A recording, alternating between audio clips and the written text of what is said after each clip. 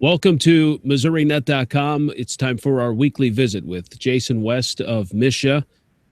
Both of us have our glasses on. Must have been a rough week. Watching the Cardinals play, it really takes it out of you. So I'll tell you, they are an amazing team. And everyone is talking about the record they had the first month of the season. And outside of the Cubs with the first two games of the season, they were basically playing teams that were 23 games below 500. And I said, well, let's just wait and see. Well, Pittsburgh's a pretty good team, and now they come back yesterday in game one against the Cubs. When you start beating formidable opponents, and I think Pittsburgh's a good team, you've got something pretty special there. So it looks like they're well on their way to another Central Division. I know it's early, but, man, they look awful good, though. Yeah, that series with the Pirates, that was just fun to watch, and not having two teams so equally matched like that. Those are what makes baseball fun to watch. Yeah, absolutely. And down 5-0, and you come back and you don't quit. That's a good lesson for anybody. Just don't give up. You never know. You might get yourself back in the game. All right, let's talk about the music festival that was this past weekend. Over 5,000 performers? Well, we had roughly 5,200 events that performed, and so some of those events were ensembles that had up to 8 people in those. Some were solos, duets, trios, quartets, things like that. So probably just under, I believe, 10,000 students over the 3 days in the 5,200 events that performed. That's crazy. That's absolutely crazy. Your biggest event all year. You guys pulled it off. Any issues? Any problems? Any good gossip? No major controversies this year. Everybody showed up, had their music available. Obviously, when we're spread out over a campus like Mizzou, there's going to be a few times where some misinformation gets out there of what rooms they're supposed to be at, and some bad directions. But overall, everything went very smoothly. We had some great performances, and like you have right there, the schedule and the ratings were on there.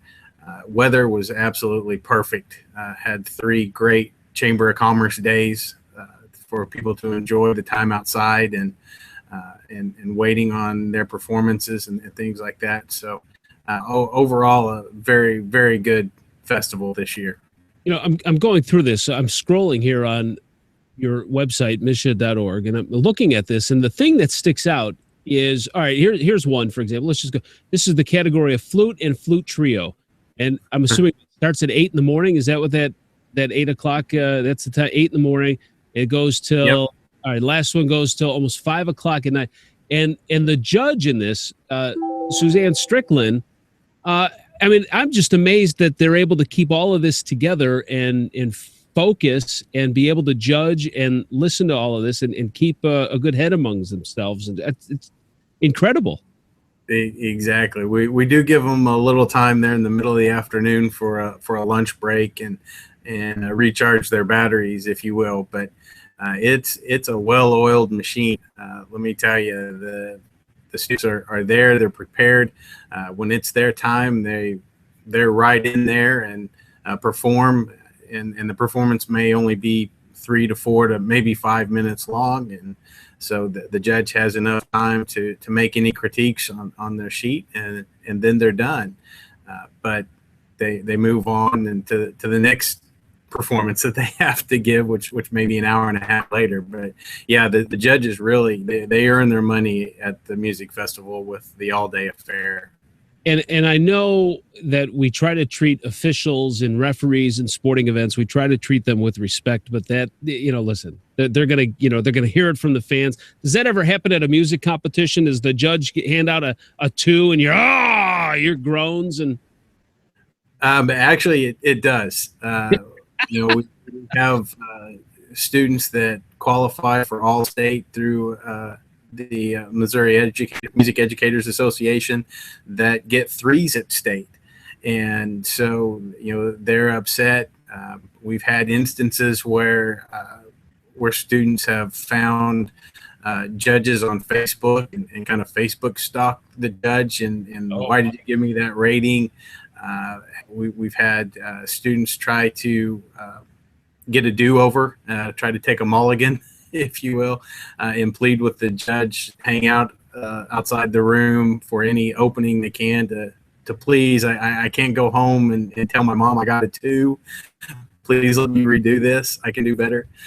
So yeah, there's just as much heckling, if you will, at music as there are at the other sporting events. Yeah, and I'm bringing this up not to poke fun of it and laugh, but I think there's always a good time. Look, I've been mad at umpires and or officials, and everybody grumps and groans, but you do have to try to keep a level head through all of this, and I know it is a competition, and even in this situation where it's music, everyone's trying to do their best, and it's a pretty subjective performance that you're looking at. I mean, it's not even clear cut balls and strikes or touchdown or fumble. I mean, this is someone's ears and technique, and so you've got a lot of leeway there. So to those parents or audience or band members, you have to keep that in mind, and that's something I think I wanted to touch on too, just to kind of bring that up, to try to keep a level head.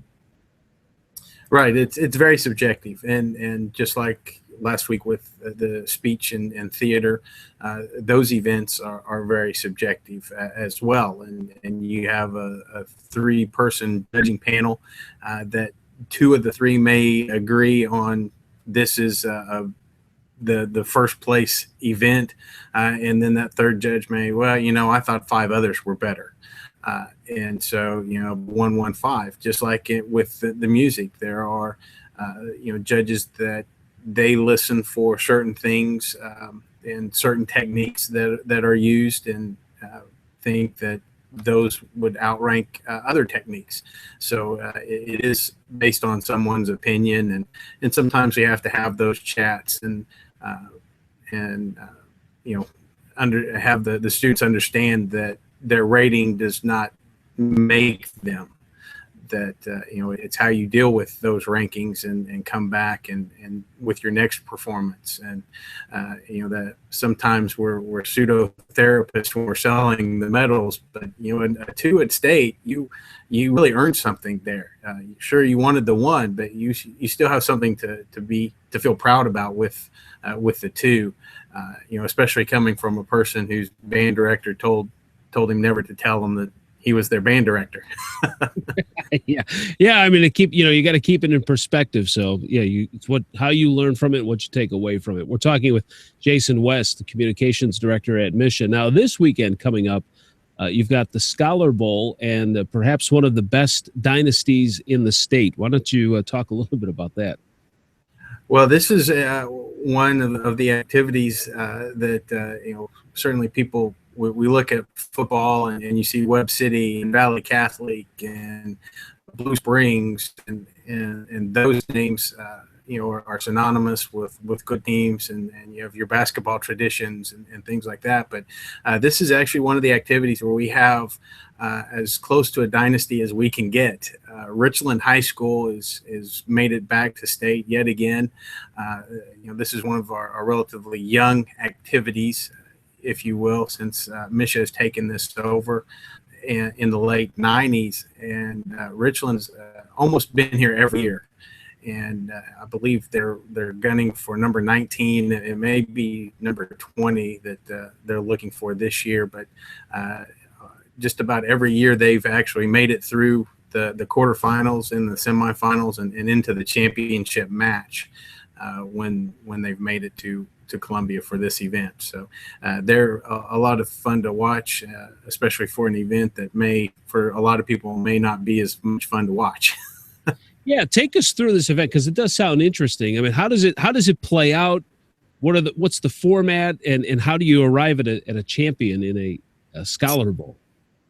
Well, it's not just groups of kids playing Trivial Pursuit like we hear sometimes, but this is a unique event that's a lot like the old quiz show games, the College Bowl games that were on television several years ago.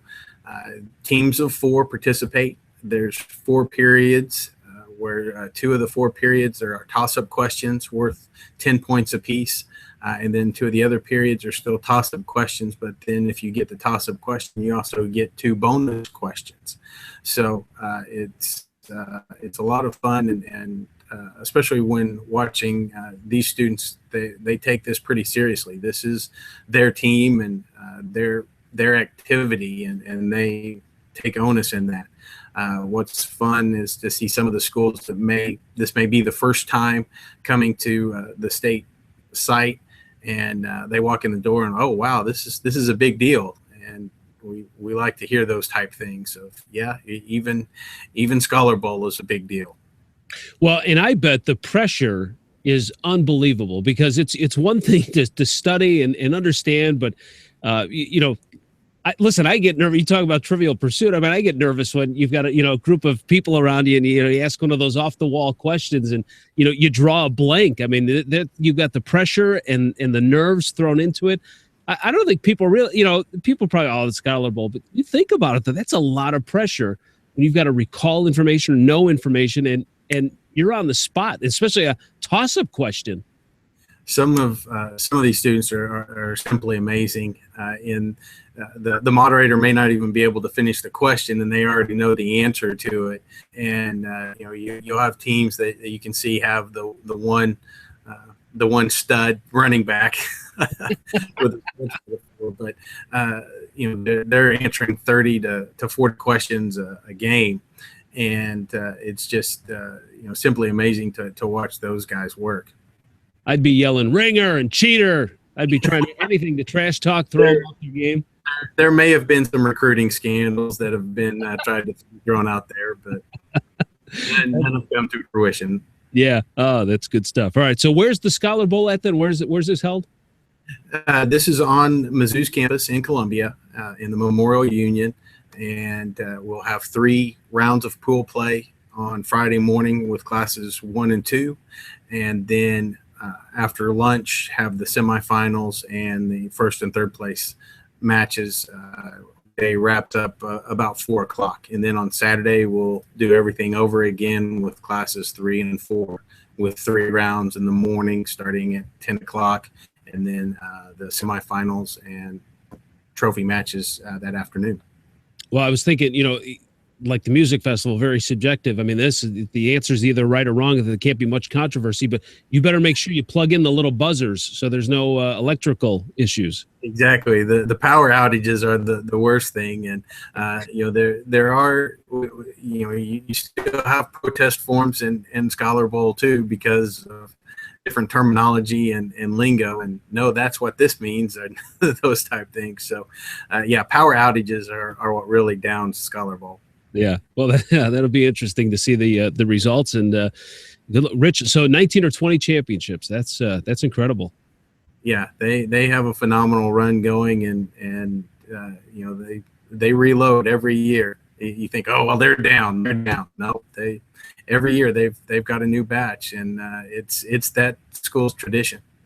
That's a smart community there. Well, good luck to them. Good luck to all of those people. I really enjoy, last few weeks, I mean, we talk so much about, sports and, wrestling and basketball. But I'll tell you, last few weeks, though, these conversations with, music festival and the, speech, theater and debate, and now the Scholar Bowl, it's really interesting to hear this stuff. And so I hope that, you as a listener watching this kind of get a little bit out of this as well. And there's more than just, those athletes. There's mental athletes and musical athletes, and so I've enjoyed it the last couple of weeks.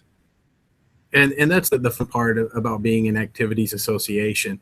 We're able to offer things for students that, there are so many people that can play on the basketball court at one time. There's so many people that can be on a football field or on a baseball team or on the softball field, on the volleyball court. Those team sports offer a lot to students and student athletes, but there are other activities out there that students can still get the team atmosphere and can still get those same character building opportunities through other activities. And it's not just the MSHSAA activities. There are other FCCLA, FBLA, and those student organizations as well. But to be able to offer a variety of students a reason to stay in school and stay driven is really one of the fun parts of the job. That's good stuff. All right, Jason West from MSHSAA. We'll catch up with you again next week. Thanks for all this information on the Scholar Bowl, and we'll have links too if you want to check out the music festival results too. Quite an amazing weekend. Jason, thank you very much. No problem. Thanks a lot, Bill. Yep, and thanks for watching us here at MissouriNet.com.